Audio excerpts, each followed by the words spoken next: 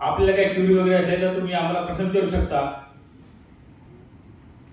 भविष्यात हा महाराष्ट्र कसा सुजलाम होईल आणि सोलार नव्हे तर सर्व रिन्युएबल एनर्जीमध्ये महाराष्ट्र एक नंबर कसा जाईल यासाठी सर्व लोकांनी प्रयत्न करावे। जय हिंद, जय महाराष्ट्र।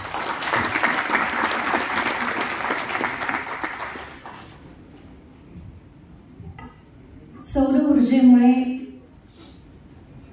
सूर्याच्या उष्णतेतून निर्माण होणारी सोलर एनर्जी ही चिरंतन आहे आणि म्हणूनच त्यांच्या मनोगतामधून त्यांनी खूप छान मांडलंय की शेतकरी हा महाराष्ट्राचा कणा आहे, भारताचा कणा आहे, जगाचा पोशिंदा आहे। म्हणून शेतामध्ये माझी कोप तिला बोराटीची झाप, तिथं राबतो कष्ट तो माझा शेतकरी बाप खातो मिरची भाकर काडी ऊसाची पाचट जगा मिळाया साखर। अशी अवस्था असलेल्या शेतकऱ्याला जर साथ द्यायची असेल तर त्यासाठी सोलर एनर्जीची कास धरायला हवी आणि म्हणूनच हीच आपल्या महाराष्ट्राची नाही, भारताची नाही तर जगाची भविष्यासाठी आस आहे।